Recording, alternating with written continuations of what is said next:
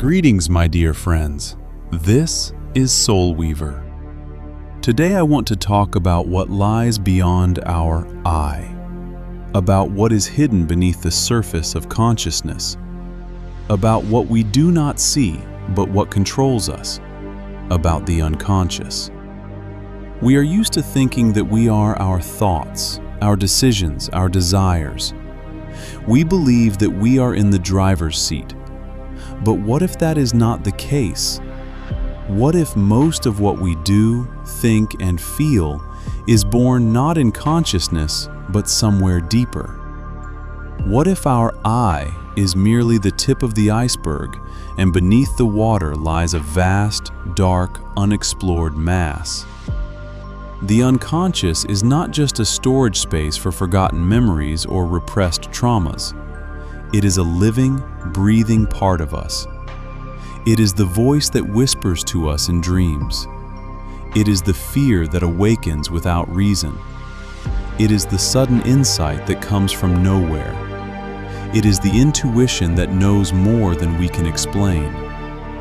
We fear the unconscious because it does not obey logic, because it speaks the language of images, not words, because it reminds us that we are not masters of our own house. But what if fear is only the first reaction? What if, instead of being afraid, we begin to explore? In science, the unconscious was ignored for a long time, too elusive, too difficult to measure. But everything changed with the arrival of psychoanalysis. Freud was the first to speak of the unconscious as an active force. He called it the repository of repressed desires and traumas. But Jung went further. He divided the unconscious into personal and collective. The personal is your own basement, forgotten events, suppressed emotions, unrealized dreams. The collective is the memory of all humanity, archetypes, images that appear to everyone, regardless of culture and era. Modern neuroscience confirms that most processes in the brain occur without conscious participation.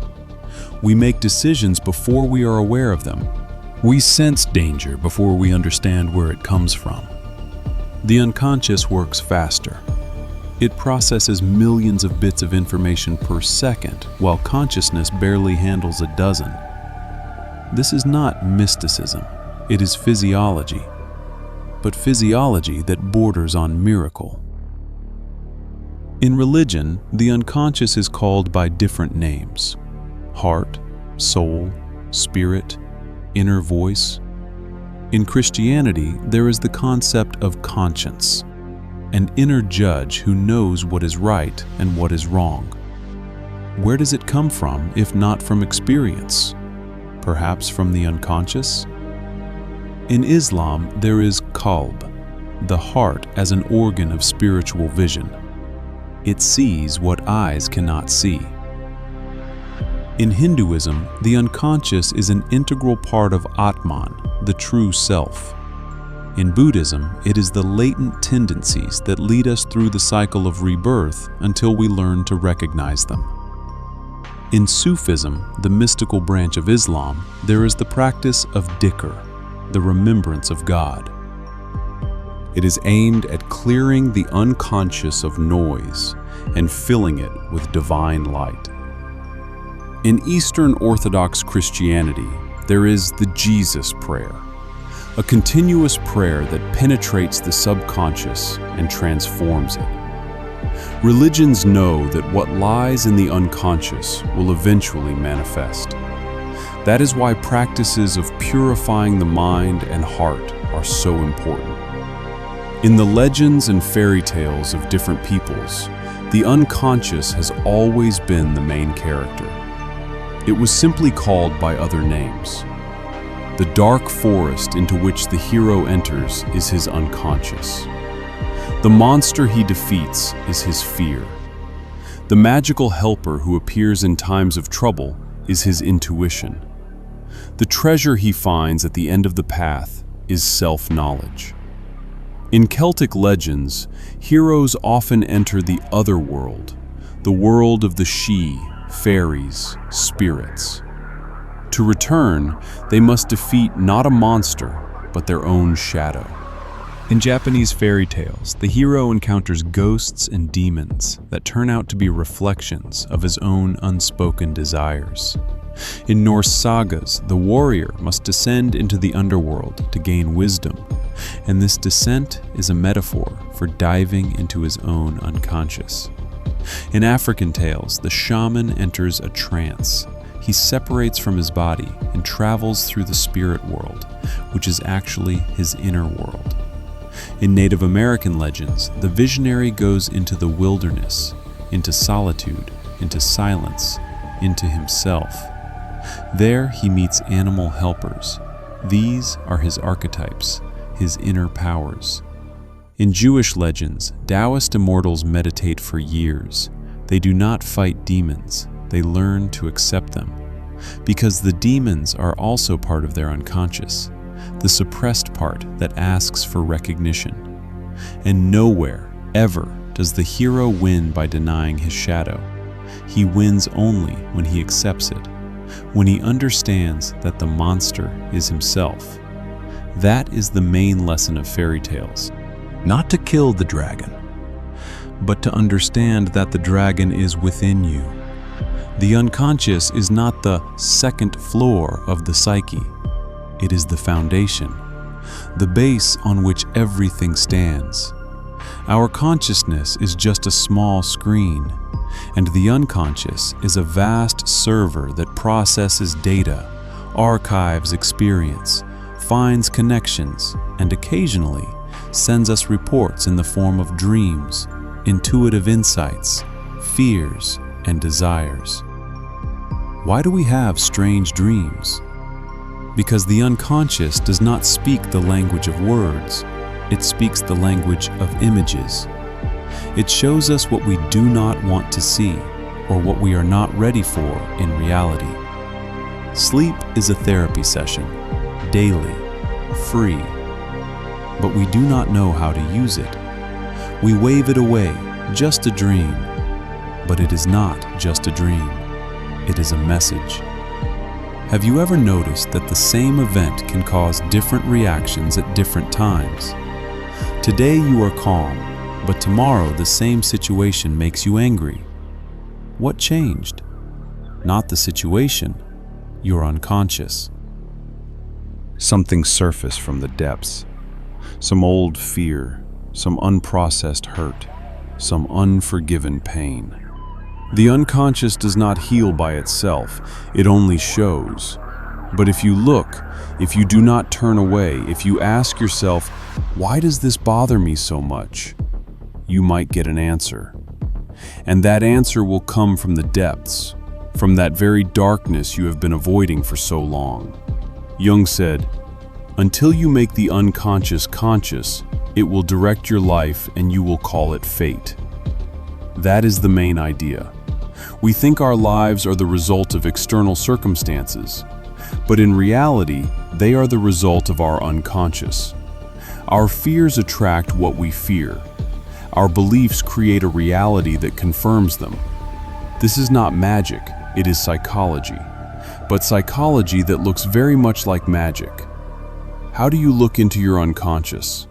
First, dreams. Start writing them down. Do not analyze immediately, just write. Images, feelings, fragments. Over time, you will see recurring themes. These are clues. Second, projections. What annoys you in others is what you do not accept in yourself. Third, creativity. Draw, write, dance. Not for the result, for the process. The unconscious loves to create. It speaks through art. Much is said today about neuroscience, about the brain, about neural connections. But neurons are only tools. Who controls them? Who decides which connection strengthens and which disappears? Surely not consciousness alone. I think not. The unconscious also makes choices. It chooses what to pay attention to, what to remember, what to forget. It is our co-author, our partner, our guide, and an enemy if we turn away from it. In astrology, there is the concept of the moon as the emotional unconscious, Jupiter as the social unconscious, the values of the crowd, Saturn as deep fears and limitations. Astrologers have long known that a person is controlled by forces they do not recognize. They simply call them by the names of planets. I do not urge you to believe in astrology. I urge you to believe that you are more than your I think. You are also your I feel, which often speaks when you are silent. Your I want, which awakens at unexpected moments. Your I fear, which controls you even when there is no danger. We spend years developing our intellect. But what do we do to develop our unconscious? Do we meditate? Keep a dream journal? Talk to ourselves? Ask ourselves difficult questions? Or do we run from ourselves into TV shows, social media, work, alcohol? The unconscious does not disappear if you ignore it. It screams louder. It gives birth to symptoms: depression, anxiety, chronic fatigue, sudden panic attacks. These are not just biochemistry. They are messages. Attempts by the unconscious to reach you. A pill does not heal. It silences the symptom, but the cause remains, and it returns in another form. Integration of the unconscious is the path to wholeness. Jung called it individuation. Not to become better, not to become more correct, but to become whole. To accept your shadow, to hear your anima or animus, to look the dragon in the eye, and to understand that you are both the dragon and the knight. When you understand this, you will no longer feel that the gods have abandoned this world, because you will find them within yourself, not in temples, not in books, but in the silence, when you are alone with yourself.